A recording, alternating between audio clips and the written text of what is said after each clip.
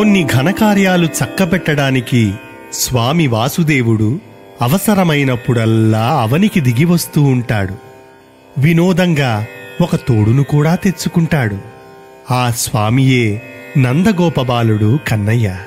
తోడై వచ్చిన మహాత్ముడు ఆదిశేషుని అంశమైన బలరాముడు.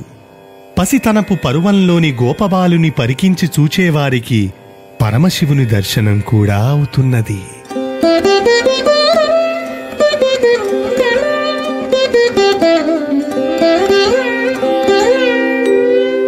తనువున నంటిన ధరణీ పరాగంబు పూసిన నిరిభూతి పూతగాగా ముందర వెలుగొందు ముక్తాలలామంబు తొగల సంగడి కాని తునుకగాగా పాలభాగంబుపై పరగు కావిరి బొట్టు కాముని గెల్చిన కన్నుగాగా కంఠమాలికలలోని ఘననీల రత్నంబు కమనీయమగు మెడ కప్పుగాగా హారవల్లులురగా హారవల్లులుగాగా బాలులీల ప్రౌఢ బాలకుండు శివుని పగిది నొప్పే శివునికి తనకును వేరులేమి తెలుప వెలయునట్లు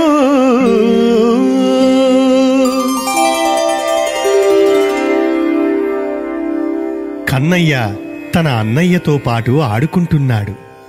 వడలంతా దుమ్ము దుమ్మైపోయింది. అది పరమశివుడు పూసుకున్న విభూతిలాగా వెలిగిపోతున్నది. తలమీద తెలికాంతులు వెదజల్లుతున్న ముత్యాల హారం చంద్రశేఖరుని తలమీది జాబిల్లిని తలపింపజేస్తున్నది.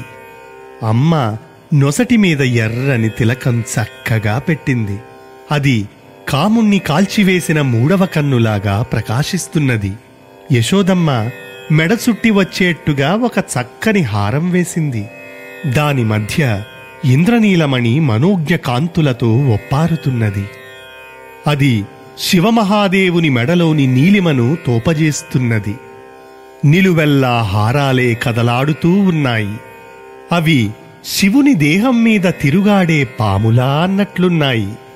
ఇలా ఆ గోపబాలుడు నిజానికి గొప్ప ప్రౌఢుడు. బాలలీలలతో పాలలోచనుని వలె భాసిల్లుతున్నాడు.